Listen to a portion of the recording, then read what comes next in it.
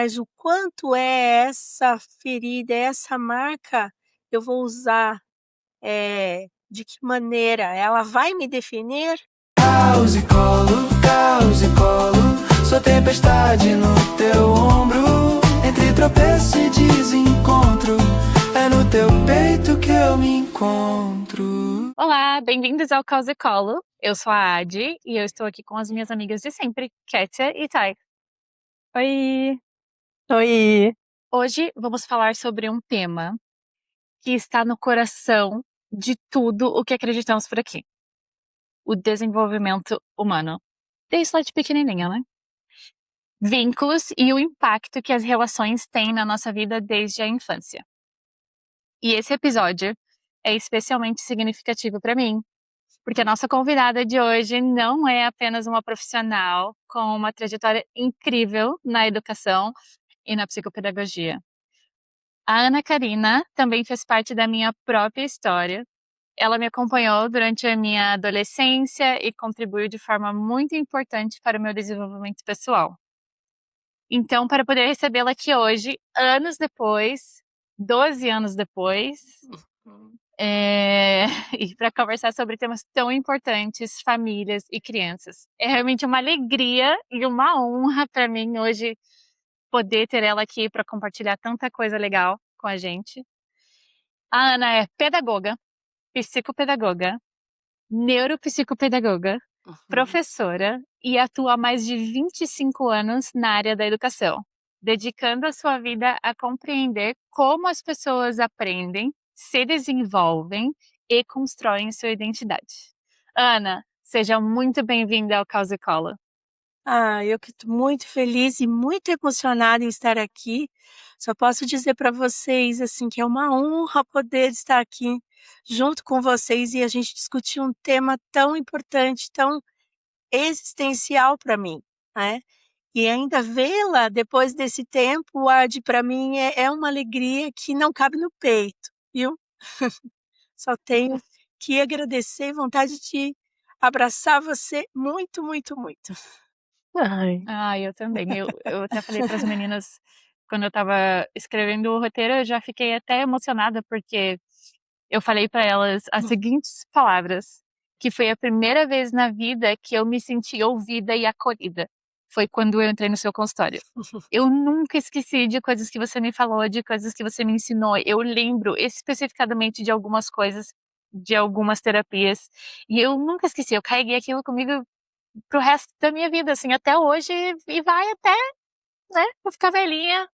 E, e tô muito, muito feliz que deu certo e que você tá aqui com a gente hoje. Que gostoso ouvir. Porque da mesma forma que acontece com você, acontece comigo também, né. Às É. vezes a pessoa vai para o consultório, ela tem um atendimento, ela acha que a gente vai esquecer, que a gente não vai lembrar da história, não vai lembrar dela, mas não, aquilo que a gente vive é muito verdadeiro, né.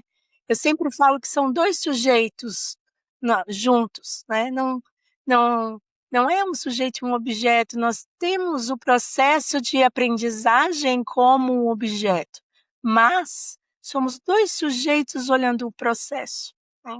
Então o vínculo ele é importantíssimo, né, e é ele que, a gente percebe os movimentos da vida, das relações, através, né, dessa ligação forte do vínculo. Que lindo esse reencontro de vocês, depois de tantos anos, quanta coisa passou por aí, né. Sim.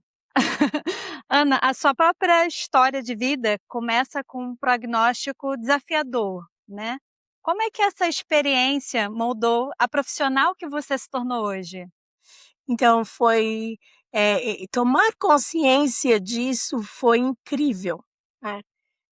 No sentido de que eu sempre soube da minha história, sempre soube do meu nascimento, né, sempre soube dos desafios que minha mãe passou, a minha família toda, né, passou, porque eu sou a mais nova, né, dos irmãos. Então, foi um momento muito tenso por eu ter nascido prematura, de 6 meses e meio, muito pequena, ainda fiquei no hospital um bom tempo, tá.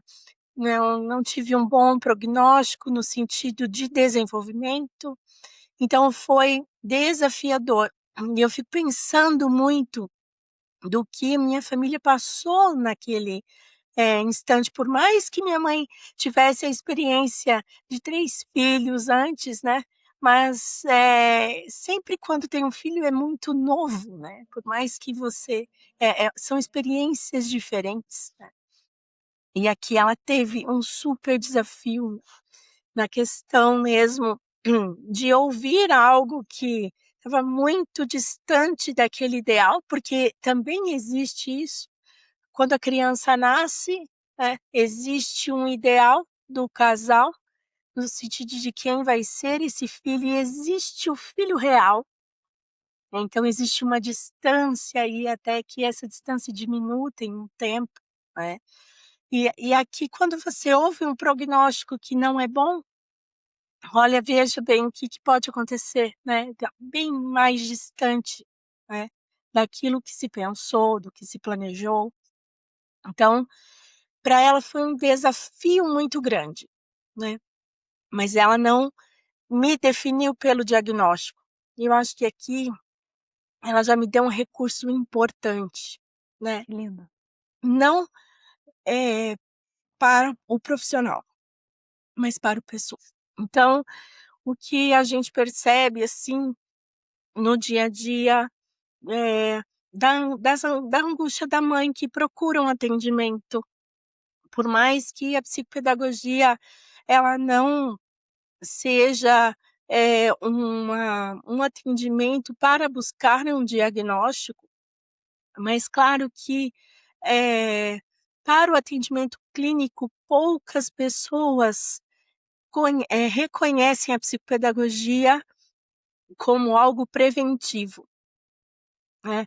Ou Uhum. seja, a criança ela está indo mesmo porque existe uma dificuldade.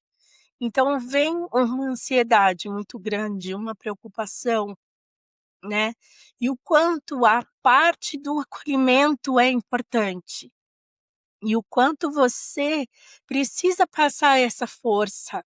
Seu filho não é um diagnóstico, né, isso aqui não tem nada a ver com a identidade dele, né. Então, existe todo essa é como se você realmente abraçasse a família nesse sentido e ajudasse ela a acreditar nisso, né. E pra isso aí eu fui descobrindo de onde vem essa força, né, Uhum. porque a gente vai crescendo nessas relações, a gente vai crescendo, né. São, as pessoas que você tem ao teu redor, né, nós somos constituídos pelos encontros em que nós vivemos. E esse encontro ele inicia ali já, né, desde, da gestação, ali já o neném já está sendo gerado, já tem um encontro ali muito profundo, né, com a mãe. E que ele só vai, crescer, né, ele, quando cresce, aí vem a família e é sempre um encontro e é tudo isso que constitui uma pessoa.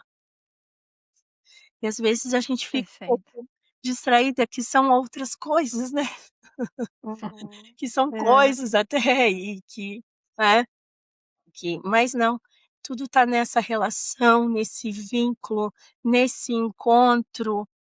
E esse vínculo que você está dizendo sobre o seu vínculo com a sua mãe, o fato dela acreditar nas suas possibilidades, não aceitar um diagnóstico, o que que essa experiência te ensinou sobre o poder dos pais no desenvolvimento de uma criança?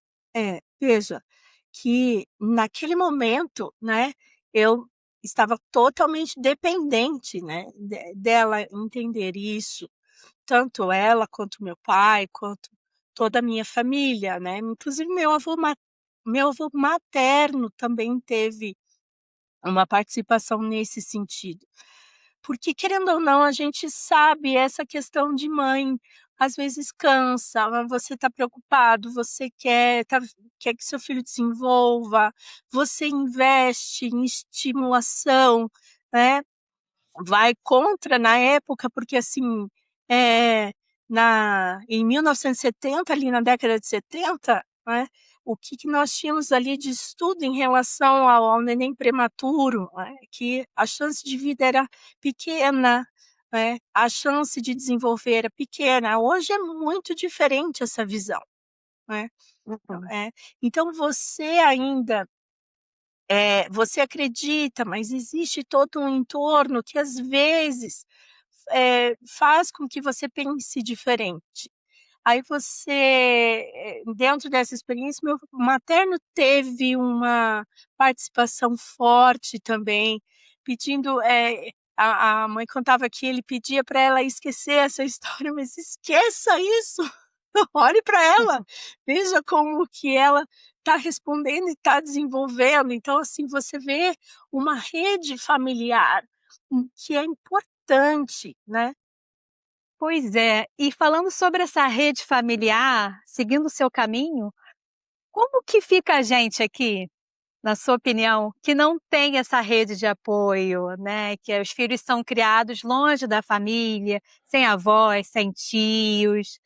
Como essa ausência, você acha que isso impacta no desenvolvimento da criança aqui, né? E o que que essas mães, nós e quem está ouvindo, o que que a gente pode fazer para compensar essa lacuna? Então, vocês, são sensacionais, até pensaram no caos e colo, que, vocês estão criando uma rede aí, né, bem importante, que de apoio, né. Às vezes, o que que acontece? A gente fica priorizando também muito os laços familiares de sangue, mas quantos amigos nós temos que são mais chegados que irmãos, não é verdade? Depende muito, então assim, isso não vem pronto, não é automático e às vezes dentro de uma família você também não tem esses encontros, né, não é porque, não é família, então assim, a gente vai construindo a nossa rede, de acordo com as nossas experiências, né. Uhum. Então assim, o encontro ele, é importante, né, e o quanto vocês têm essa disponibilidade dentro de vocês, para estar aberto para encontrar outros pares, né, poder ter um espaço para conversar sobre a experiência de vocês. Isso é vital, né, é vital, porque realmente ninguém se constrói sozinho, somos relacionais. Falando aí em relações, né, você costuma dizer, que a aprendizagem acontece nas relações. O que os pais geralmente não percebem sobre a relação entre vínculo emocional e aprendizagem? Uhum. Porque a parte de aprendizagem ela tem, uma imagem que a sociedade carrega, o mundo carrega de somente pensar na dimensão cognitiva. Então eu preciso ter um raciocínio, uma linguagem, eh eh ter um QI, né, ainda a gente fala aí de avaliações e ainda se tem uma ideia das avaliações neuropsicológicas ainda muito antigas, que não priorizam o sujeito na sua totalidade, isso aqui não existe mais, mas ainda existe esse ponto muito marcado nas pessoas, né. A gente sempre está olhando o sujeito nas suas dimensões, né, na sua dimensão cognitiva, a dimensão afetiva, a dimensão social, dimensão funcional, né. Então psicopedagogia também sempre tem esse cuidado, mesmo que ela seja uma ciência ali que trabalha na questão da aprendizagem em si, ela não afasta aí a dimensão afetiva de maneira alguma. Né. Por quê? Porque a aprendizagem ela passa, pelo sujeito inteiro, até mesmo pelo corpo todo, não é, na questão dos sentidos. E ainda é muito vista essa parte do: a pessoa só acha que cognitivamente, né, ela precisa se desenvolver. para ela ir bem, né. Esquece de outras aprendizagens, né, pensa na aprendizagem só escolar e a aprendizagem ela é a sistemática também, né. O o quanto a criança ela desenvolve, né, o seu motor, e o quanto isso está tudo atrelado ao nosso emocional. As emoções elas regem o nosso cérebro. Pode ver, se a gente fica meio ansioso com alguma coisa, a gente já esquece muita coisa, né, não consegue nem executar direito o que nós temos que executar, né. Então veja como existe, eh esse impacto emocional dentro das nossas execuções. Ao mesmo tempo, se eu tenho um vínculo muito bom com aquilo que eu faço e gosto, aí ele é motivador e eu consigo, eh, seguir com a minha tarefa ou com aquele trabalho muito bem, né, fico tranquila, me dá felicidade, então é tudo muito interligado, né. O jeito ele não é compartilhadinho, né, ele é no todo, né. E falando aí, de criança, né, quando a criança apresenta dificuldade de aprendizagem, quais são os erros mais comuns que os adultos cometem? Olha, o que nós ficamos muito preocupados na psicopedagogia é do olhar mesmo para aquela dificuldade, né. De que maneira eu vou olhar, assim mesmo como eu estou falando que um diagnóstico, não define, uma dificuldade muito menos, né. Você não é a sua dificuldade. E aí esse lado, esse ponto, ele entra como um fator em que, os pais eles têm uma dificuldade de validar o filho nesse momento. Ele fica muito preocupado com a dificuldade, acha que o filho não está fazendo bem, né, ou acha que tem um problema estrutural. Então, alguns pontos da dificuldade, algumas dificuldades, de aprendizagem, às vezes, pode ser algo simples, no sentido de, eh necessitar de um estímulo a mais em determinada questão, né, ou então ele pode também estar sendo o porta-voz de algum desconforto, alguma necessidade aberta, né, de que a criança tenha. Que o maior desafio, né, é é fazer com que os pais não julguem o filho, né, nesse sentido. Você acha que isso vem, assim, hã, como posso dizer, de pais, vamos dizer assim, que não têm tanta informação, que não receberam isso dentro de casa, como que você vai dar algo que você não tem? Hoje em dia, é óbvio que a gente tem muito mais informação, né, a gente entende muito mais que a gente não precisa fazer com os nossos filhos o que a gente recebeu, e tanto que a gente tá aqui agora passando a informação. Mas você acredita que é um pouco disso também? Por exemplo, os pais, a criança tem muita dificuldade na escola e o pai já olha para a criança como se a criança fosse o problema, que a criança não tá ali, e às vezes é outro problema emocional, alguma coisa, mas um pai e uma mãe que não tiveram esse olhar dos próprios pais, como que eles vão apresentar esse olhar para os filhos, sabe? Aham. Eu acho que essa tua colocação é perfeita, sabe, porque assim, eh, a gente também tem esse olhar para os pais, né. Então, a gente também pergunta, o que é que essa dificuldade de aprendizagem representa para eles. Então existe um espaço na clínica psicopedagógica para você trabalhar estas questões, porque, eh os recursos internos são importantes e não são importantes apenas para a criança que está chegando, que ela precisa desenvolver recursos internos de enfrentamento, mas os pais também precisam muitas vezes, né, e às vezes desenvolver e às vezes encontrar neles, as respostas que eles estão precisando.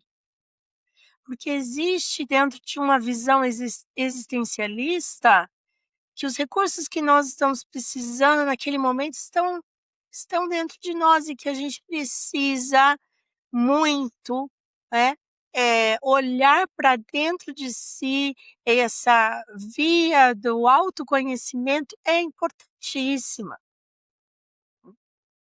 Entender, muitas vezes nós replicamos alguma coisa, com essa história, né, dos nossos pais, sem mesmo a gente saber ou perceber, ou às vezes a gente ainda está correspondendo a alguma coisa, né, que os nossos pais queriam.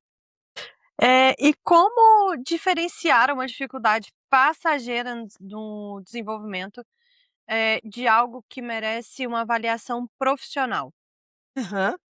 A a clínica psicopedagógica, ela possui uma avaliação bem interessante, hum, em que realmente como é a criança, ela vai ser vista, eh, na sua totalidade, né, ela consegue, demonstrar, né, dentro do seu processo, a sua necessidade.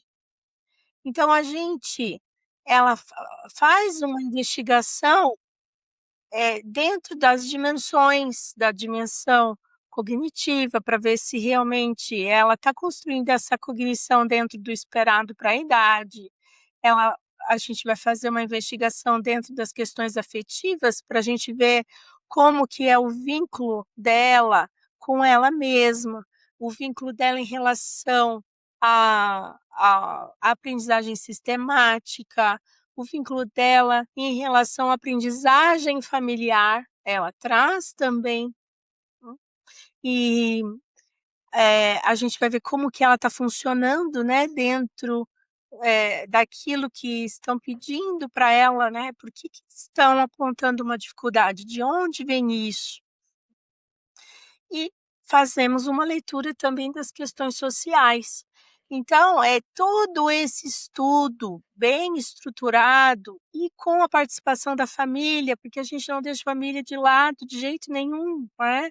Não é assim: "Olha, eu vou estudar aqui o seu filho, depois a gente vai conversar e eu vou dar uma devolutiva e você abraça ela aí". Não, não é assim, não é, né. Mas a gente vai construindo junto, a gente vai entendendo as necessidades, né, e vendo se realmente é uma dificuldade, é um transtorno, vai precisar de um encaminhamento diferente.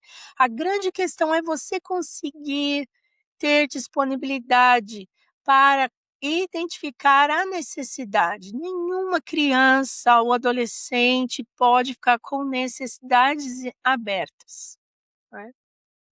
Porque em algum momento a gente tem que ir ao encontro, né, daquilo, e ajudar a identificar, né, tanto a criança ou adolescente como os pais.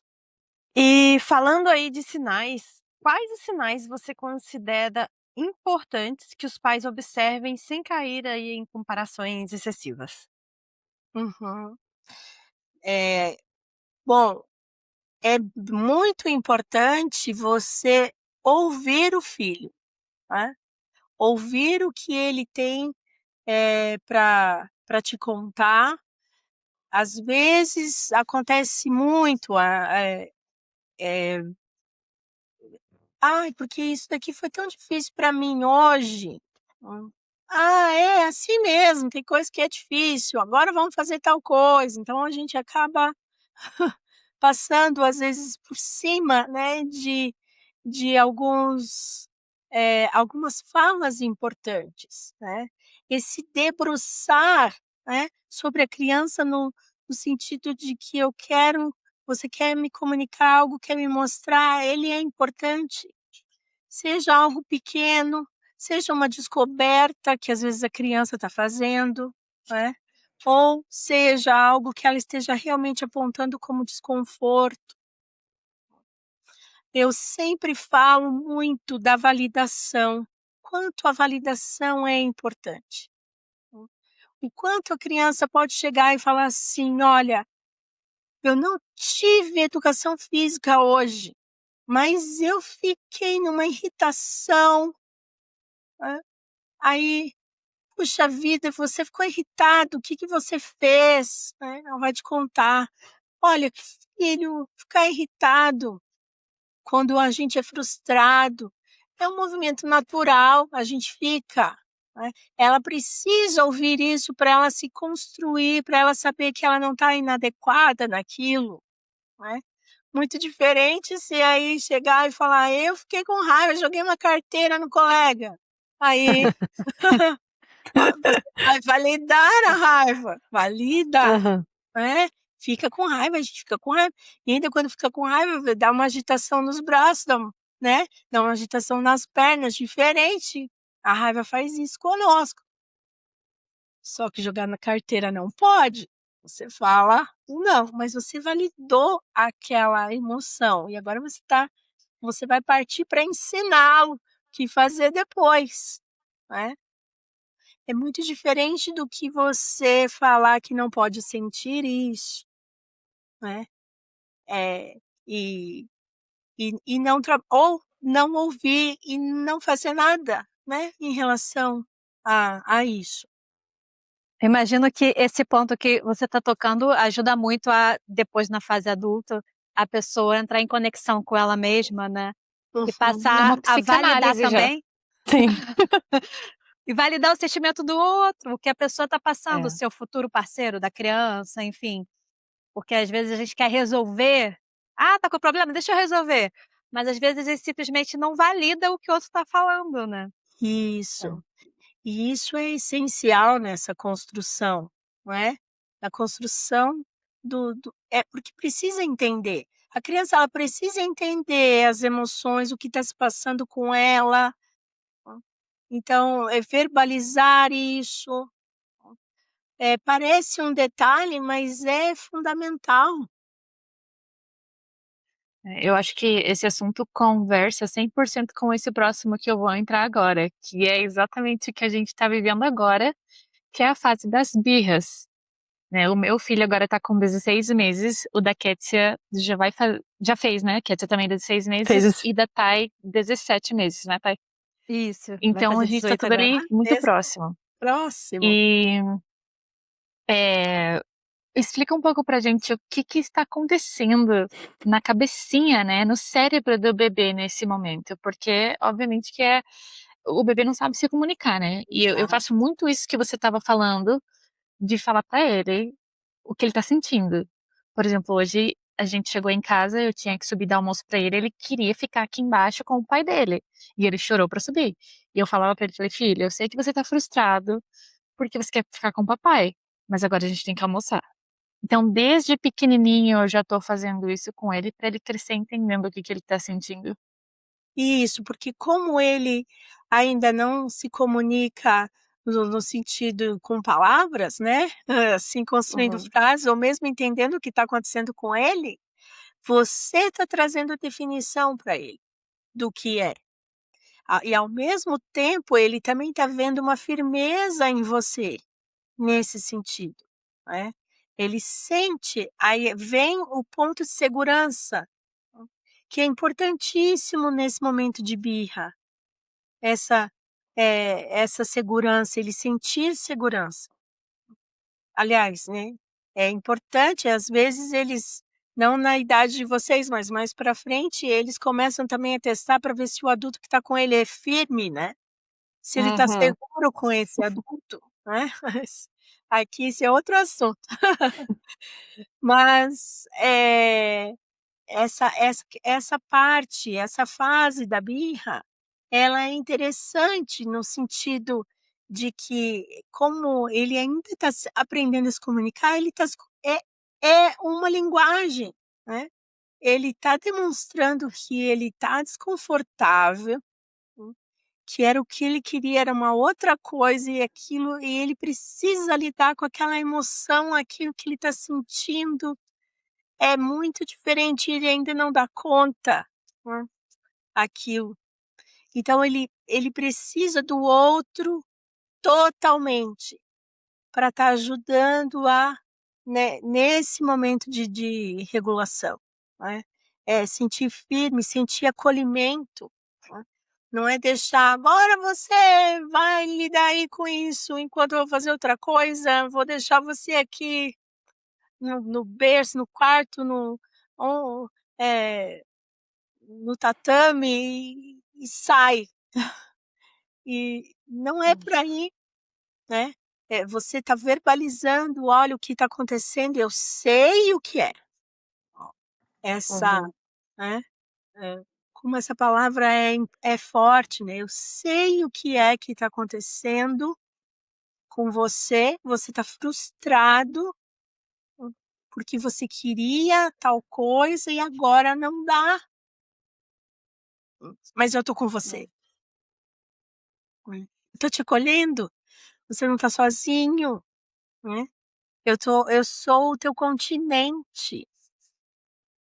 Então acho que aí você já respondeu até a minha próxima pergunta, que era exatamente sobre isso, como que a gente podia acolher a emoção, sem reforçar, na verdade, comportamentos inadequados, né, Uhum. tipo, por exemplo, bater. Ele teve já essa fase do bater, mas já passou, graças a Deus. Toda vez que ele batia, eu segurava a mão dele e falava: "Não pode bater, faz carinho na mamãe". Isso tá certo? Sim, porque você está dando um outro instrumento para ele. Isso daqui vai ao longo de muitos anos, aí você não, você vai ver que isso vai mudando, porque como eles não têm todo um instrumento naquele momento, né, eles vão tentando, eh, o que eles descobrem. Uhum. E aí cabe a entender que isso é apenas um instrumento naquele momento dele, é uma ferramenta de um ajustamento que ele está fazendo. Hum. Isso não é, que, eh, "Ai, como que é desrespeitoso, né, tá me É. desrespeitando". Não, tem todo um movimento sensório-motor nisso, tem toda a descoberta da força da mão, tem toda a descoberta que se ele faz isso no teu rosto, você tem uma reação, né, isso é interessante. Mas também tem essa parte que não é assim, não é por essa via. Vou te mostrar uma outra. E aí você mostra uma outra via, uma via diferente, Aqui né. em casa, aqui em casa ainda tá na fase de bater. Ai, meu Deus do céu. É, bastante ainda. E aí o que que eu faço? Eu também eu seguro firme a mão dele, eu falo com ele: "Aqui em casa a gente não bate em pessoas, a gente não pode bater. Se você está com raiva, você quer bater, bate aqui no chão". Ou então, por exemplo, se ele tá no sofá, eu falo: "Bate aqui no sofá, tô fazendo errado", aí tinha que falar: faz carinho". Porque uma É, vez eu li, eu não lembro aonde que eu li, falando que, quando eles batem, tipo assim, a emoção tá forte ali de bater, não adianta ir para o carinho, aí com o Liam resolveu, tá vendo? Devia ter feito isso. uma vez eu vi até uma psicóloga falando que, assim, quando você não fala para o bebê o que ele pode fazer, você está dando a ele a oportunidade de descobrir o que que ele pode fazer. Se você só falar: "Não bate", você tá deixando o bebê escolher o que que ele pode. Por isso É, que é bom você falar. Não sei se isso tá mas certo também, mas aqui em casa funcionou super bem. eu falei, mas eu falei o bater em outro lugar, né, e não adiantou nada. É.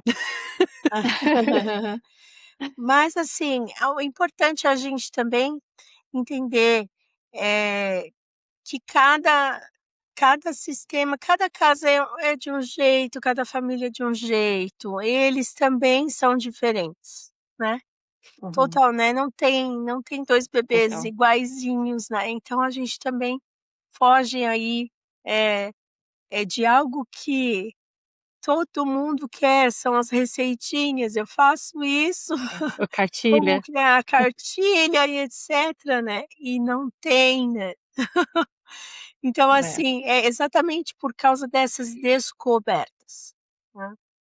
Tem um Uhum. um livro de uma psicóloga que eu gosto muito, que é a Violet Watlander, o nome do livro é Descobrindo as Crianças, né.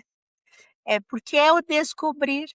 essa palavra como essa palavra é importante, né.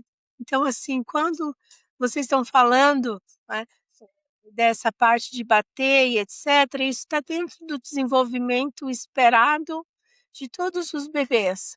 Mas o quanto é interessante o ponto da descoberta, né. Uhum. Então é diferente, né, com a de Deu com Liana foi dessa forma, né, diferente da sua.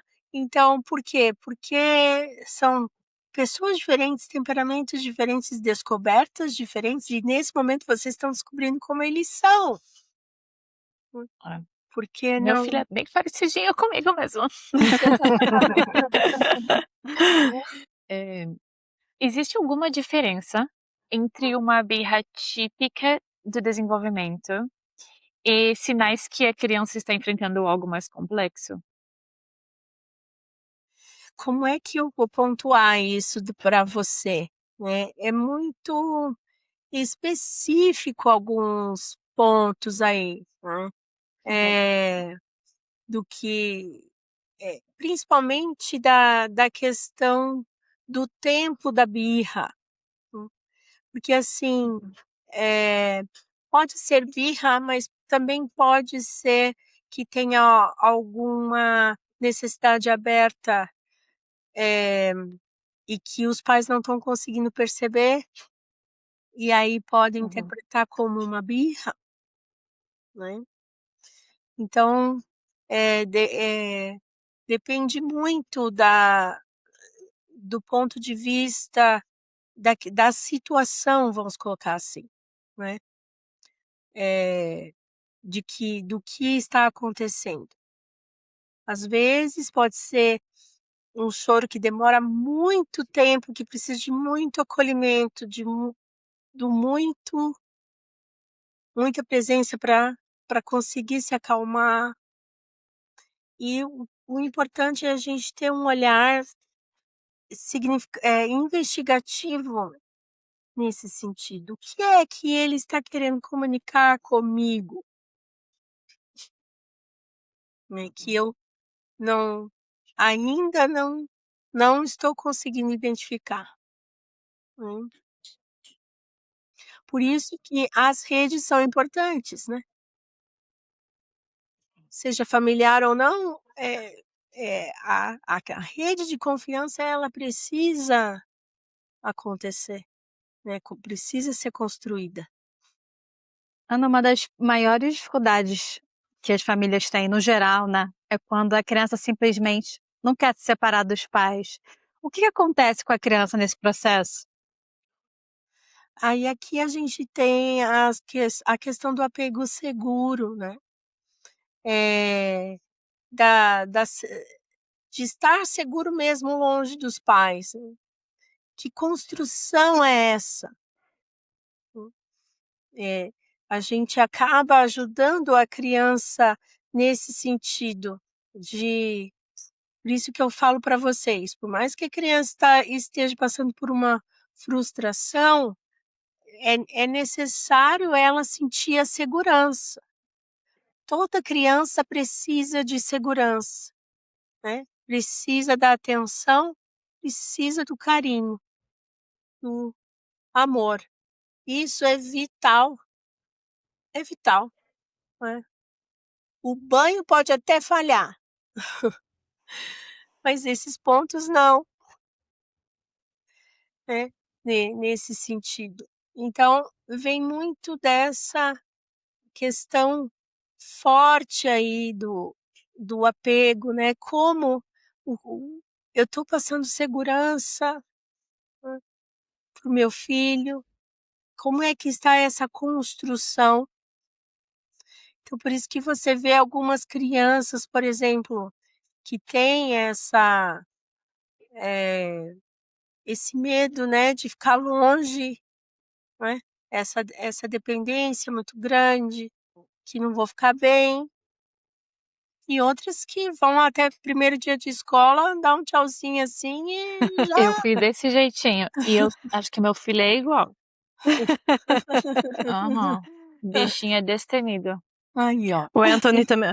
Hoje nós fomos na academia, voltando pra ir à academia, e aí deixamos ele lá no espaço Kids, nem olhou pra trás. Nem olhou. Aí, tipo assim, eu tava fazendo exercício outro, aí eu passava lá pra dar uma olhadinha, assim, como é que ele tava, tava lá brincando com as crianças. É, a Flora, nos eventos que a gente vai assim, ela é dada. Vai pro colo, É, não fica o com Liam essa também. ansiedade também. É. Agora, você falou sobre o banho pode faltar, mas o amor, o carinho, o afeto, passar a sensação de segurança, não. Isso me lembrou uma pesquisa que fizeram com o macaquinho, Hum. que eles colocaram, não sei se vocês conhecem essa pesquisa. Uhum.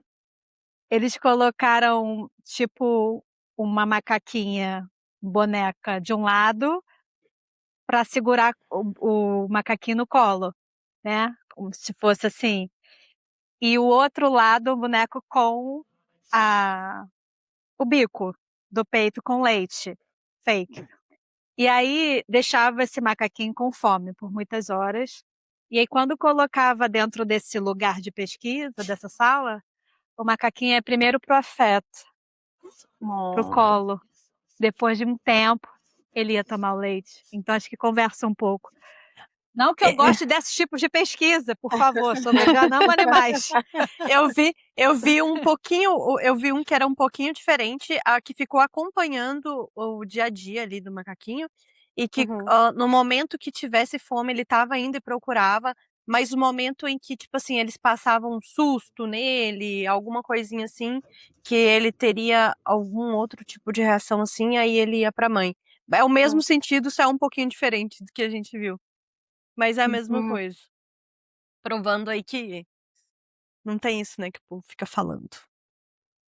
Pra É. tirar o menino da teta. É. É impressionante isso, né, e é tão bom quando a gente consegue compreender, né, tanto do cognitivo quanto da questão do afeto, né, o que que isso significa, né, para o outro, e vê-los É, crescendo em segurança, né, que tenham essa é. segurança, né, desse amor, né, que que está presente aqui comigo, é importantíssimo.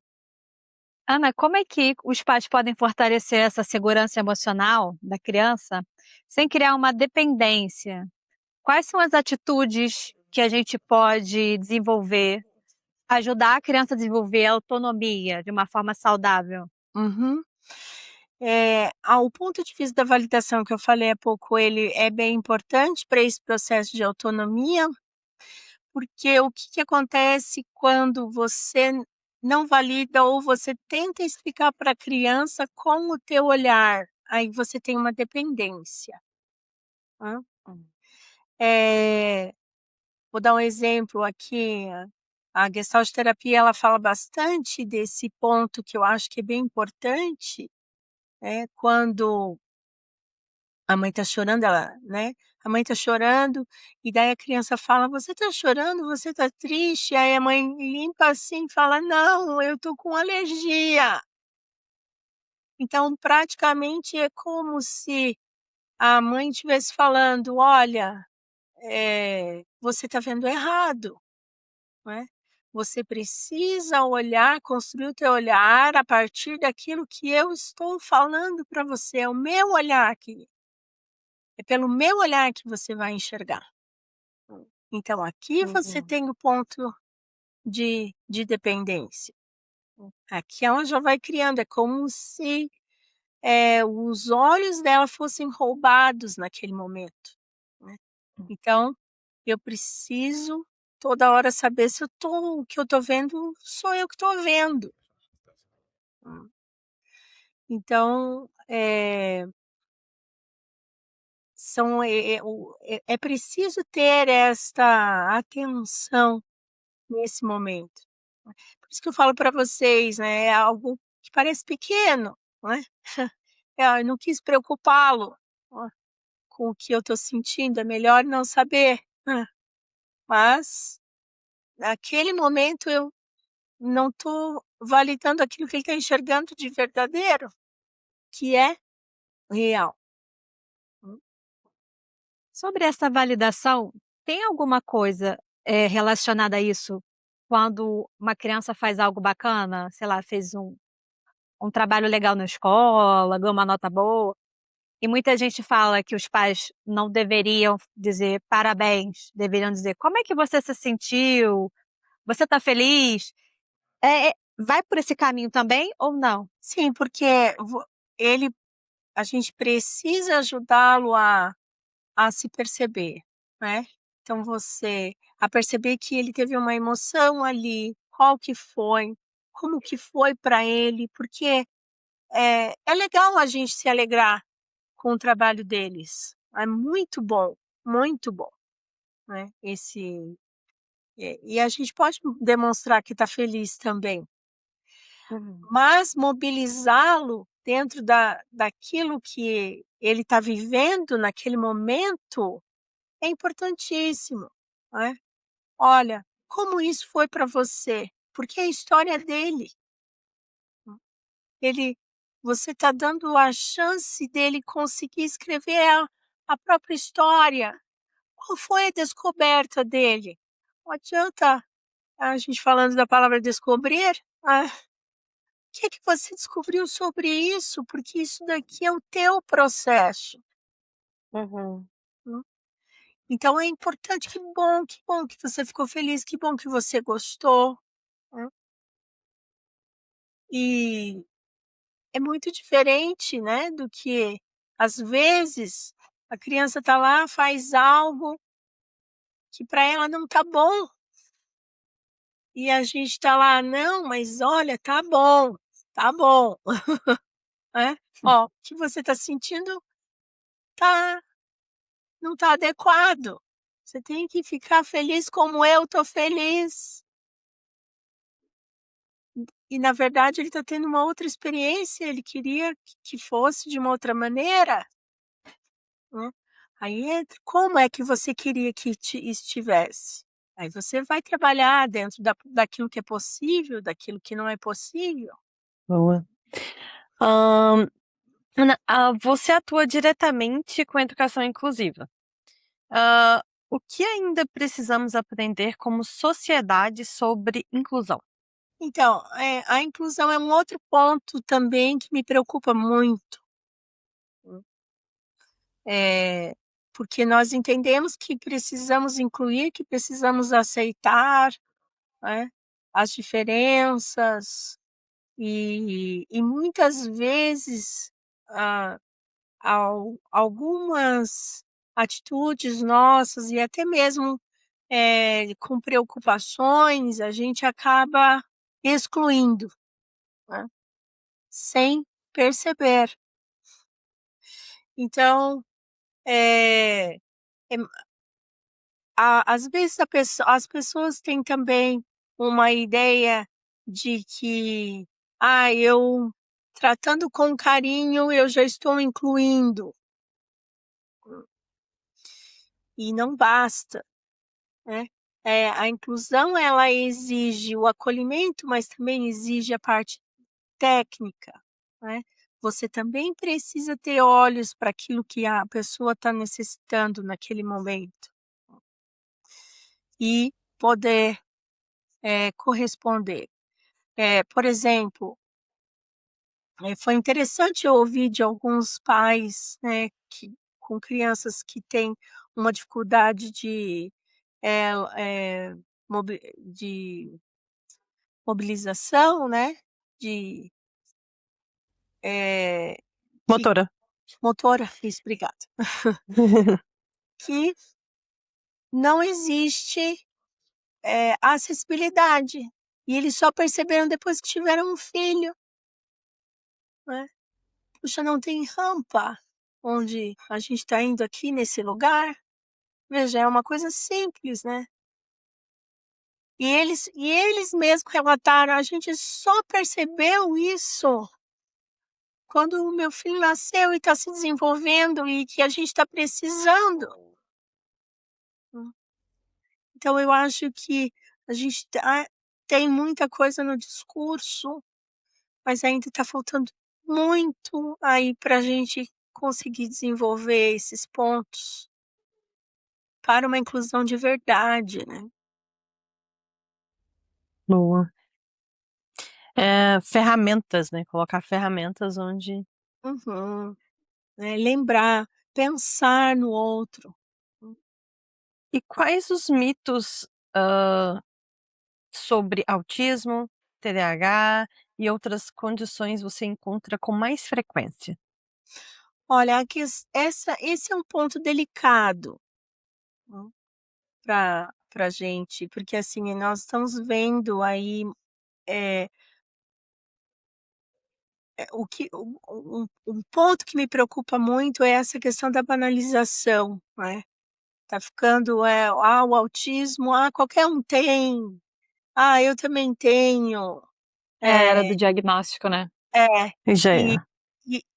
e tá indo, assim, numa proporção, eu jamais vou questionar diagnósticos, né, nem profissionais, jamais, mas o que me preocupa é quando fica banal e quando romantizam, né. Então, são 2 pontos aí, né.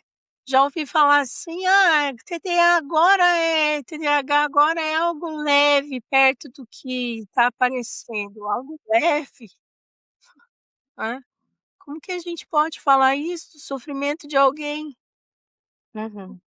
nesse sentido? Ninguém tá na pele do outro, né, para pra poder sentir e falar algo nesse sentido. E esse daqui é um ponto. O outro ponto, né, é falar que o autismo é maravilhoso, no sentido de que as pessoas são iluminadas, e que trazem uma contribuição. Puxa vida, né, o e o sofrimento dessas pessoas, né. Então, eh é algo assim, vamos maquiar isso, né, está sendo falado, é muito difícil a gente entrar em contato com esses pontos, vamos romantizar. Hã, É. Eu esses dias voltei pra terapia achando que eu tinha TDAH, mas daí hoje escrevendo esse roteiro, eu lembrei de todas as atividades que a gente fazia lá atrás e que se eu tivesse, eu já ia saber por sua causa. Porque eu só fui Exatamente. lembrar disso hoje. Mas eu estava muito convencida esses dias, eu falei: "Gente, não é possível". Eu comecei a ouvir um podcast de uma psiquiatra, eu falei: "Gente, eu tenho isso, não tem como". Gabaritei. Aham. Falei: "Não é possível", mas eu acho que não, acho que eu só estava meio meus parafusos estavam É. meio fora mesmo. Uma bandeira que eu carrego muito é olhar a dinâmica do sujeito.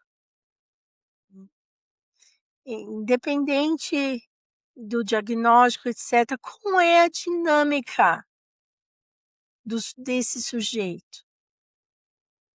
E é algo que, às vezes, como tem o diagnóstico, tem vários ali, como você falou, indicadores, e que eu gabaritei, etcétera, aí a gente fica só, eh definindo, esse funcionamento desta forma, e a gente não vê, como ele funciona no dia a dia, né.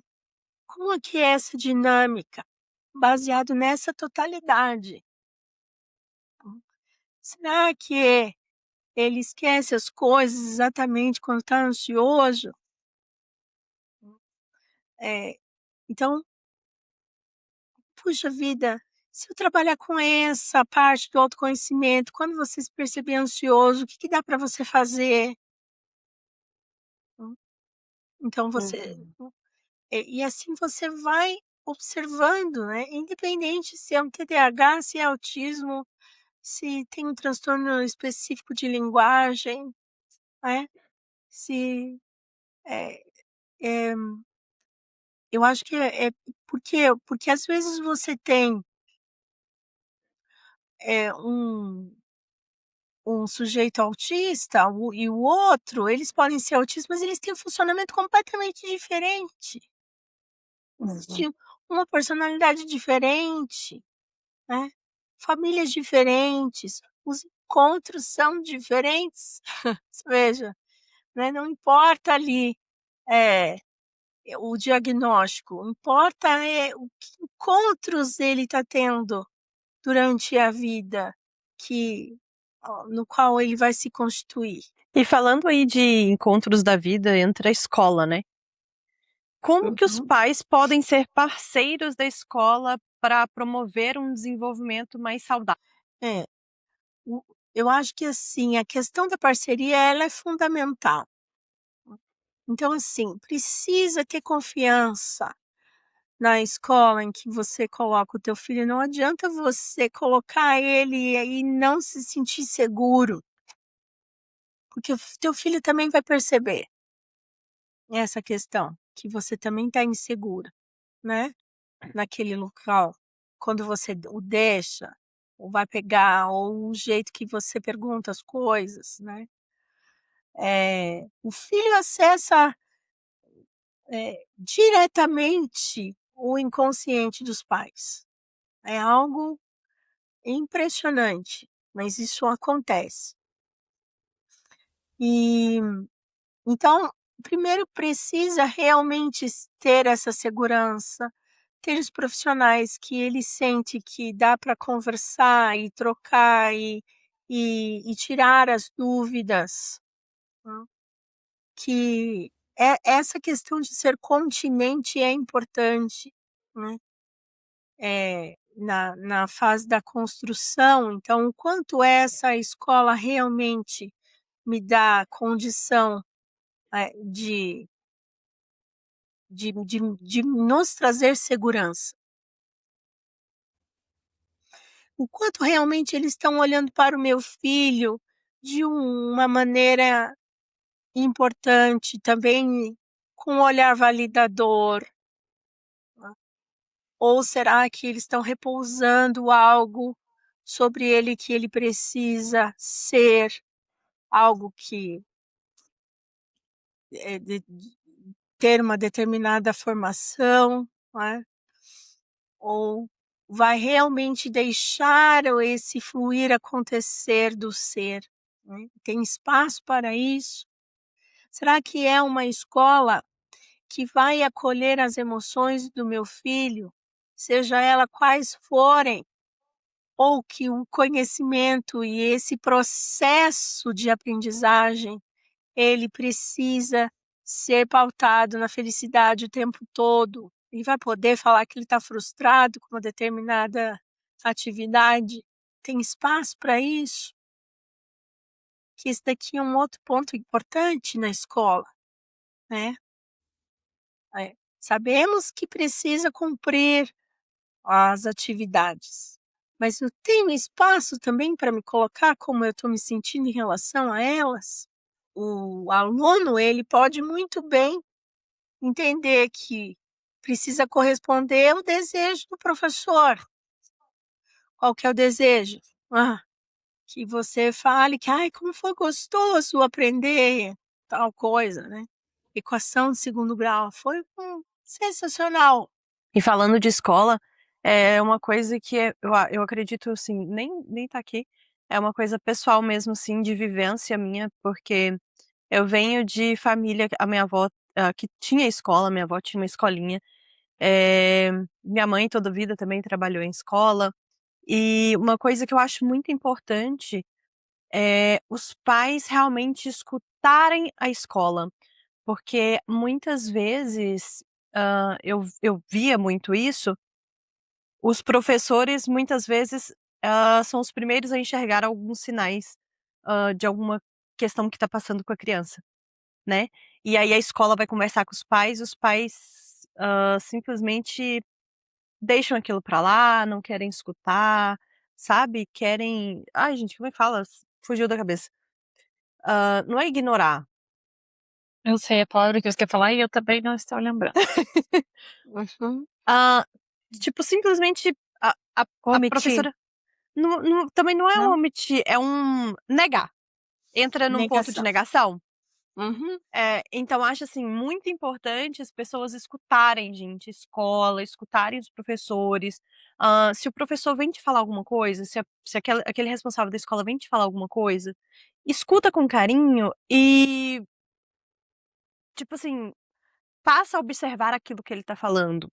Se você vê ali que faz um pouquinho de sentido, que seja, procura ajuda, porque é melhor você procurar uma ajuda e ver que não tem nada, que não é nada, que tá tudo bem, que foi só alguma coisa ali, do que você deixar passar anos e anos e anos e anos e anos, e lá É. na vida adulta, sozinha, a pessoa ter que procurar uma ajuda de uma coisa que poderia ter sido resolvido lá na infância. Mas isso é muito importante de deixar bem claro aqui, principalmente para nós que moramos nos Estados Unidos, que se a escola traz qualquer tipo de, sei lá, pontuação lá que a sua criança possa ter, se você não leva a criança, eles chamam um CPS para você, Sim. que é o conselho tutelar. Então, o conselho tutelar te serve e ele chega batendo na tua porta. Então, não é uma opção você não escutar e negar o que como fala a palavra? Conselheiros? É tipo isso, o É. conselheiro da escola fala. Então, para quem tá ouvindo e mora aqui nos Estados Unidos, isso não é uma opção igual no Brasil, hein? Então tem que ficar de olho. É. Quando eu estava comentando dessa questão da escola ser o continente, dos pais, terem segurança na escola, né, é é o primeiro passo para se construir algo. Que o que que acontece? Se eu não tenho confiança na escola, eu não estou aberta para ouvir esse profissional que está lá dentro. Então eu preciso, para eu conseguir ouvir, deixar que ele interfira nesse processo, preciso dessa confiança. Isso daqui é um passo importante aí, porque senão, a gente fica nesse ponto da negação e às vezes a família ainda vai: "Puxa vida, aquilo me incomodou, a escola já me ligou, já falou, já pontuou várias vezes, então ele está aqui por causa da escola", né. Que é o que pode acontecer aí nos Estados Unidos, eu tenho que cumprir, eu vou cumprir. E o quanto o quanto esses pais estão envolvidos, quando eles simplesmente vão cumprir. Então, é importante que a escola saiba fazer o acolhimento, a escola ajude a ele a construir essa segurança, para que as outras coisas elas venham, posterior, que ela seja escutada, que nós estamos juntos, que não é não é algo julgador, né, que isso não quer dizer que existe uma incompetência aí, familiar nesse sentido, né, porque isso daqui acontece muito. Por isso essa resistência às vezes dos pais. "Ah, a escola está querendo dizer que eu não estou fazendo direito", né. E que muitas vezes, às vezes, quando os pais vão reclamar na escola, a escola também tem o mesmo sentimento. "Ah, esses pais estão falando que a gente não está ensinando direito". E aí fica nesse pingue-pongue, né, e a criança lá no meio, né, É verdade. né, esse pingue-pongue, né, porque, é é impressionante como o mal-estar ele aparece nesses momentos, tanto na instituição quanto na escola. Na instituição e na escola, tanto na instituição quanto na Quando a família. família. E reflete na criança, né? Flash na criança. Total. Pode ter mal-estar? Claro que pode. Hum, deve, e ele faz parte da vida, né, o mal-estar. Ninguém precisa ficar com medo do mal-estar. Hum. Mas o que que ele está querendo apontar para mim nisso? A gente vai no investigativo de novo, né.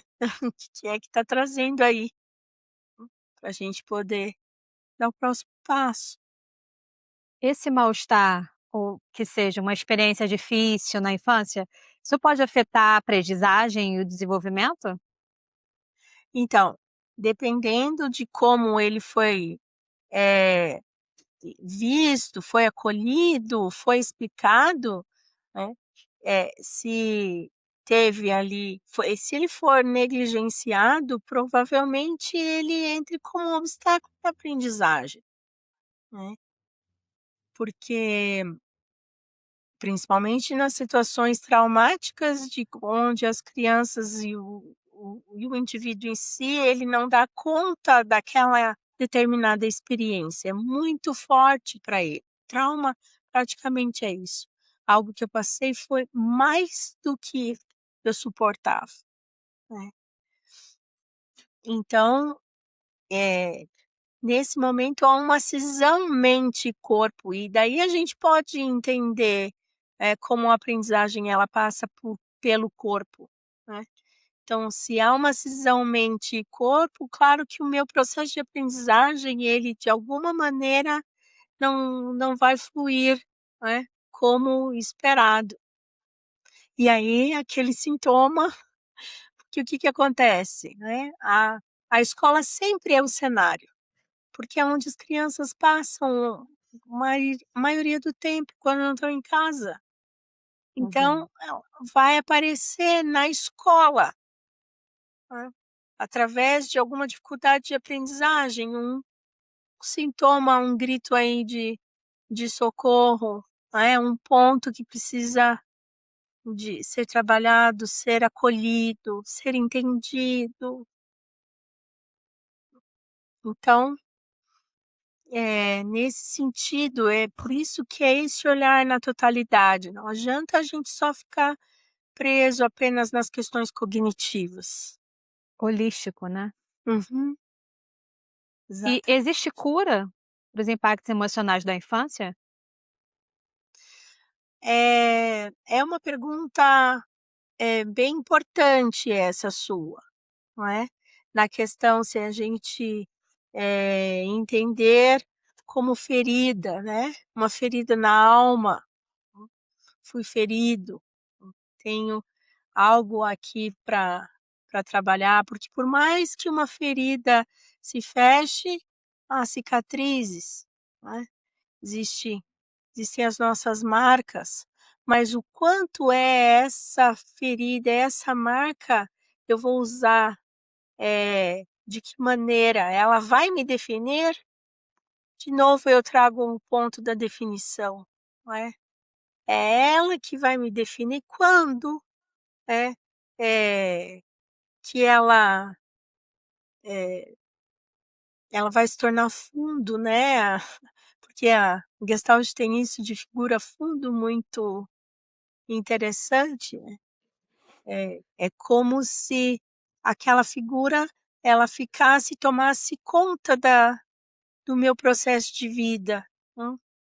Aí quando eu vou trabalhar com ela, ela se torna fundo, como se ela fosse uma peça de quebra-cabeça e ela se forma no quebra-cabeça, né. Ela não está solta, ela não está me guiando mais, mas ela ainda faz parte de mim, porque não tem como a gente pegar e tirar de nós, não é, tudo que nos aconteceu.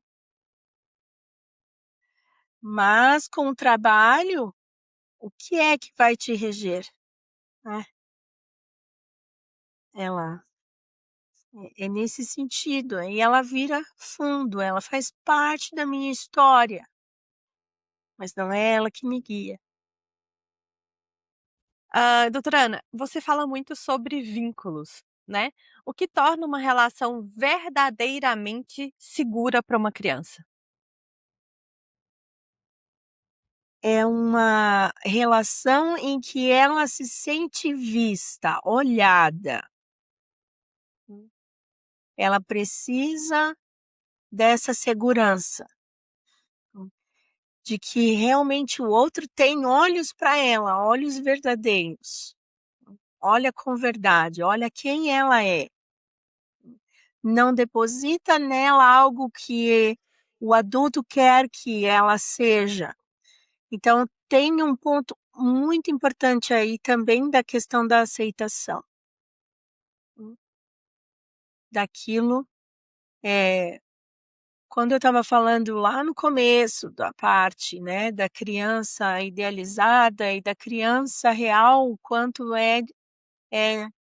existe esse espaço, e esse espaço ele precisa diminuir cada vez mais. E quando há superação disso, aí ela é vista e ela é aceita. E qual a mensagem você gostaria que todo pai e mãe levasse para casa sobre a importância da conexão com seus filhos? Que essa conexão ela é vital, tanto para o filho quanto para eles também, para os pais também, porque é onde está a vida, é nessa troca, é nesse fluir, né. A vida não está lá quando chega em casa e traz um 10 da escola, mas a vida está nessa relação.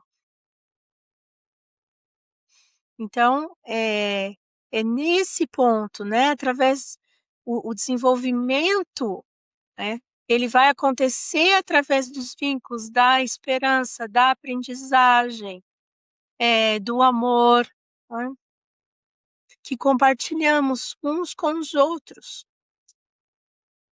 O quanto nós estamos compartilhando aqui hoje? Verdade. Cada uma falou, né, um pouquinho daquilo que está passando, da vida, né. Existe uma construção aqui. Isso é um encontro verdadeiro. É impressionante como nós não estamos falando, né, de podemos estar falando de um tema objetivo, talvez, dentro da ciência, mas o quanto as nossas vidas estão envolvidas aqui. Então, quando há isso, há um encontro verdadeiro, um encontro, né. Com certeza nós vamos sair daqui e não vamos ser mais as mesmas, Com de como certeza. Com nós certeza. começamos. Verdade. E uma das coisas que, nos fez, né, trazer isso para o público, conversar sobre maternidade, e principalmente na nossa situação de mãe imigrante, é que a gente está aqui no mundo de passagem, a gente está aqui também para construir alguma coisa, né. E o que a gente puder, de alguma forma, contribuir para o mundo, a gente está aqui com esse propósito, entendeu? Uhum. Exatamente. E quando a gente chega no ponto da contribuição, é algo tão especial, porque chegar no ponto da contribuição é algo que tudo isso já passou por mim, né. Eu vivi, eu construí, eu tive essa experiência verdadeira e como isso é bom para mim, é tão bom que eu vou dividir, né. É uma divisão que multiplica, né, que divide e ela multiplica. Que lindo. Eu vou fazer uma brincadeirinha agora, É. é um bate-bola. Vão ser perguntas bem rapidinhas, e aí você responde com a primeira coisa que vier na sua cabeça. Vamos lá. Tá, vamos lá. Primeira, o que toda criança precisa? Amor, O que os pais mais subestimam? que o quanto elas conseguem enxergar e muitas vezes mais do que eles. O que os pais mais fazem bem? Eu acho que olhar as primeiras necessidades deles. Uma palavra para definir o desenvolvimento humano. Pode ser boniteza? Pode, o que vier na cabeça. Um conselho para mães cansadas. É natural o cansaço, é o primeiro a primeira validação, não é? É. O cansaço existe, né, não precisa ficar com vergonha de dizer que está cansada, né, porque a a maternidade é, nesse sentido, é maravilhosa de um lado e ela cansa sim, porque em todo momento vocês, estão pensando e cuidando e pensando no melhor para os filhos, né. E existe também o filho vai crescendo e existe um movimento interno da mãe que ela tem que ser uma outra mãe, uma mãe diferente, né? Sem falar nas tarefas do dia a dia que elas cansam. Então, falem que estão Muito. cansadas quando estiverem cansadas, sem medo e sem vergonha, né? Porque também todos precisam entender e a criança também precisa ver que existe cansaço, né? E que como a mãe ela vai lidar nesse sentido com o filho quando ele percebe isso, né? Ela lida muito melhor quando ela realmente consegue ser verdadeira, né? E não indo de acordo com algumas exigências impostas aí, né? Não pode falar isso, né? Tem que falar que tudo maravilhoso. É, bem isso. Um conselho para pais que se sentem perdidos. Que também é natural ficar se sentindo perdido, porque os pais lidam com o desconhecido o tempo todo, né? Se não existe manual nem cartilha, porque se existisse é porque existiria um padrão, e na saúde não existe padrão. Isso que a gente tem um manual de diagnósticos, porque o padrão né, não é dessa natureza, né? A, a, na saúde, a gente tem surpresas. Então, isso daqui, ficar perdido é porque as coisas nos surpreendem, né? Não estamos, às vezes, preparados para tudo e estamos em descoberta. Eu acho que essa palavra eu trago novamente, né? Estou perdido, mas eu já vou descobrir, né, como lidar, como fazer, perceber as necessidades, sempre lembrando, né? E não ficar também se sentindo culpado porque está perdido. Não há E a última? super-herói nessa história. É aquela frase, né, seja gentil com você. Seja É. gentil com você. A última, o que significa ninguém se desenvolve sozinho? Porque somos relacionais. Então, nós não somos uma semente que você planta e ela vai crescer e você já sabe que tipo de planta que vai ser, né. Eu me constituo no grupo em que eu estou inserido, né, nas relações. Então, todo o meu desenvolvimento, né, ele depende das relações. E, doutora Ana, qual legado a senhora espera deixar através do seu trabalho? É o legado mesmo, da aceitação, o legado do desenvolvimento humano, da questão, do respeito, do cuidado, da atenção, da segurança, né, dentro desse crescimento, para que exista um crescimento saudável, né, e que realmente se encontre, dentro das famílias a verdadeira vida, né, esse que é desse fluir das relações. E seu trabalho hoje é essencial, né. Percebo que muitas pessoas se isolaram através da pandemia e muitas pessoas continuaram isoladas. E aí quando você traz esse trabalho para dentro das famílias e dá essa lente de aumento, se percebam, olhem para esse fluxo que tem internamente. Acredito que tenha até aumentado o seu trabalho depois de tudo isso, desse tempo de isolamento, né? É, a pandemia foi um momento, assim, de muita dor, né? Tanto pelas perdas, né, quanto essa questão de perdemos muito no isolamento as crianças que nasceram na pandemia, né? Como foi difícil, preocupante, né?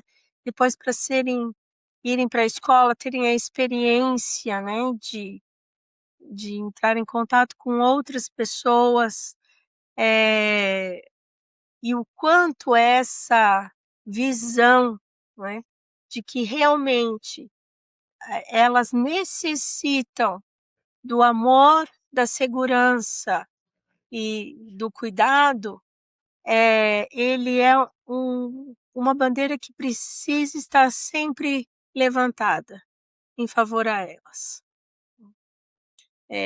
Exatamente para elas conseguirem se construir em relacionamentos saudáveis. Isso é essencial. Então, veio todo um trabalho pós-pandemia importantíssimo, né? Onde não era o dedo apontado para várias coisas e que deveriam ter sido feitas ou não foram, ou cada um lidou do jeito que conseguiu, né? Então, período pós-pandêmico foi um período de grande necessidade de acolhimento. Eu vim para cá, foi em dezembro de 2019. Em março estourou toda essa questão da pandemia e abril teve o lockdown. E aí eu percebi nesse período de isolamento, foi duplo de alguma maneira, porque foi o afastamento do país que eu nasci, e depois tudo à minha volta fechou também, não só a distância da família, mas como o arredor, né. E aí eu percebi a força do coletivo. Foi uma oportunidade que eu vi, nossa, como faz falta ter amigo perto, família perto, porque eu nasci num berço familiar muito grande. Minha mãe tinha 8 irmãos, meu pai tinha 8 irmãos, muitos sobrinhos, e aí eu cresci numa família gigantesca, onde tinha muitas festas e todo mundo se encontrando no feriado. E aí, com essa meu afastamento do Brasil e depois a pandemia, eu percebi como passei a dar mais valor nisso que você está falando o tempo todo, da relação. Como a Uhum. gente, para ter um equilíbrio emocional saudável, precisa trabalhar as relações. Hum. É impressionante, né? Eu acho também que é uma característica nossa lindíssima, essa questão de sermos relacionais, né? O quanto é forte, né, nesse momento. Em grupo podemos mais, do que se caminharmos sozinhos. É uma frase de uma psicopedagoga que eu gosto muito e acabo utilizando também, né, nesse sentido. Alcançamos mais, somos mais fortes, um vai completando o outro dentro das diferenças, né. A gente estava falando de inclusão há pouco, né, como as diferenças são importantes, né. Porque no grupo cada um tem o seu jeito e aí a gente vai se ajudando e quando vai se completando e que sensacional, né. Que força é essa, né, que vem e para isso precisa, não é fácil, né, estar em grupo, né, porque também vem, alguns, incômodos, né, às vezes. E alguns conflitos que são importantes também para a gente poder crescer e se desenvolver, esses conflitos. Mas, e o quanto nós precisamos estar disponíveis, porque toda vez que você está num grupo, você está se arriscando, mostrando quem você é, como você pensa, né, quais são os valores, tendo que aceitar o que o outro também está trazendo, por mais que seja diferente. E aí você vai observando e vendo que tudo isso pode ir se entrelaçando, né, como se fosse ali uma trama de um tecido, mas é um tecido firme, forte, né, que diferente, mas que sustenta muito, né, que às vezes é a nossa necessidade até individual, mas ela está sempre enchida no coletivo. Que linda imagem. Isso é maravilhoso na vida, mas É precisa da pulsante, né? disposição, precisa da disposição. Vamos nos arriscar. E como é que as pessoas podem encontrar você e acompanhar seu trabalho? Olha, eu tenho uma página no Instagram, né, anacarina.psicopedagoga, é um caminho, e eu também vou deixar o meu contato, meu celular, posso falar? É Sim, 41 99198 8142. Estou em e aí você Curitiba. faz o atendimento online. Sim, é possível também, dependendo, né, da demanda, a gente pode conversar sim. Perfeito. Estamos chegando ao final. Chegamos? Ana, muito obrigada por ter feito parte desse episódio com a gente. Foi muito especial para mim, me fez voltar lá em 2013, 2014, quando eu saía de casa toda quarta-feira para ir te encontrar. Eu não esqueço. E eu lembro das atividades que a gente fazia, eu lembro de quando a gente só conversava. Eu falei para as meninas, eu deixei até aqui o meu lencinho do lado, porque Ah, eu sabia que esse momento ia chegar e que eu ia chorar. sim. Eu falo que eu tenho muita sorte da minha primeira experiência com terapia ter sido com você, porque foi isso que escreveu o resto da minha vida. Eu nunca mais parei de fazer terapia. Eu já passei por várias pessoas, mas eu aprendi a entender o que eu gosto.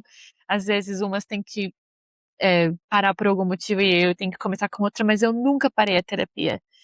E ainda bem que depois de madura que algumas não deram certo, porque eu falo que se elas fossem a primeira experiência que eu tive, talvez eu nunca mais ia querer fazer terapia.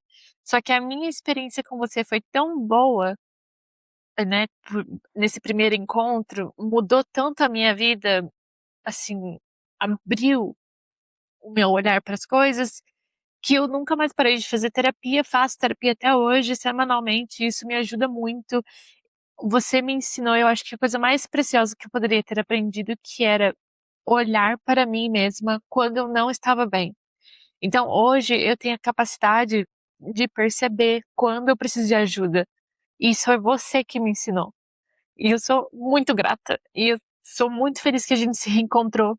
Foi totalmente um acaso do destino aquele dia. Vou contar aqui rapidinho. Quando eu fui para o Brasil em 2023, em junho de 2023, a minha priminha estava vendo um dentista no mesmo prédio que a Ana atende. E a minha mãe sabia que tinha alguma coisa naquele prédio, mas ela não conseguia lembrar o que era. E nesse dia que eu estava no Brasil, eu fui com ela. E na hora que eu entrei lá, eu falei, mãe, como não? É o prédio da Ana. Você me trazia aqui toda semana. E, gente, a sala do dentista era no mesmo andar. Eu falei, eu preciso ver se ela tá lá. Eu fui lá, bati na porta, tinha campainha, eu acho, na tua sala, né? Mas você não tava. E eu escrevi uma notinha e coloquei embaixo da porta dela, deixei o meu contato e eu falei: se você vê isso, entre em contato comigo, porque eu precisava te falar a gratidão que eu sinto por você. Muito obrigada pelo seu tempo hoje. Querida, eu me lembro como se fosse agora, assim, você chegando no atendimento, nosso primeiro atendimento, né, eh, e quando eu peguei a carta que você escreveu, ela falou um bilhete, mas foi uma carta, né, muito linda, né, que me emocionou demais, demais, demais, né, e que, eu vi o teu nome, assim, mas, porque essa relação ela fica em nós, né. Por isso que é algo vivo mesmo, faz parte, né, faz parte da minha vida, assim como faz parte da sua, da mesmo mesmo jeito da minha. Só que o que que acontece, quando a gente, para o atendimento, a gente só fica com aquele rostinho, aquela história naquele momento, e atualizar isso com você hoje, né. E depois que eu entrei no Instagram e vi a tua vida linda, né, você construindo a tua vida, você com as rédeas da tua vida ali, construindo tua família lindamente, né. É uma atualização que, olha, não cabe no peito, né, é uma alegria e um amor que flui, assim, de uma maneira demais de especial. E estar aqui com você hoje, eh, com vocês, e você me trouxe mais, oportunidade, né, aqui presente. Então, e ainda dentro desse tema, né, que a gente está falando Uhum. de vínculo, de relação, o quanto isso é importante na vida, é essencial, é a vida, né, em si, né, emociona muito, muito. Não sou mais a mesma mesmo, desde que eu entrei aqui com vocês, estou saindo muito diferente, né, e muito grata por esse momento de vida aqui com vocês. E com você, Ade, em especial. Te abraço, viu? Abraço e beijo. Ana, muitíssimo obrigada pela sua disponibilidade, pelo seu tempo, por tanta informação, assim, maravilhosa que você trouxe aqui pra gente. Muito, muito obrigada mesmo. Também agradeço, você estendeu o seu braço, chegou aqui também o seu abraço. Que bom, um Eu abraço, senti muito um abraço. Também vou senti pegar muito aqui. carinho. Muito carinho nas suas palavras, muito cuidado, muito zelo para contribuir, realmente contribuiu muito. A gente ainda vai passar um tempo processando. Assim, concluímos que o desenvolvimento não acontece na perfeição. Longe disso. Ele acontece nos vínculos, nos encontros e no amor compartilhado. Esse foi mais um episódio do Caos e Colo. Esperamos que essa conversa tenha trazido reflexões, acolhimento e ferramentas para a sua jornada. Se você gostou desse episódio, não se esqueça de se inscrever no nosso canal, ativar as notificações para acompanhar os próximos episódios e seguir o Caos e Colo nas redes sociais. Compartilhe este episódio com outras mães, pais, cuidadores que também podem se beneficiar dessa conversa. Obrigada pela sua companhia e até o próximo episódio do Caos e Colo, onde seguimos navegando sempre juntos entre o caos da vida real e o colo que todos nós precisamos. Beijo! Bom, eu sei que o tempo é corrido, eu sei que vocês têm muita coisa para fazer. Se vocês quiserem saber um pouquinho mais do próximo episódio, a gente vai mostrar um pouquinho agora para vocês. Por isso que hoje em dia todo mundo praticamente tem que usar aparelho. Porque se você não come cru, seco, duro e colorido, literalmente, cru, seco, duro e colorido, são as vertentes para o desenvolvimento maxilar mandibular. Então, se a criança não tem esse tipo de dieta, ela vai ter deficiência. O músculo ele não vai conseguir estimular o crescimento ósseo dessa mandíbula e dessa maxila. Caos e colo, caos e colo.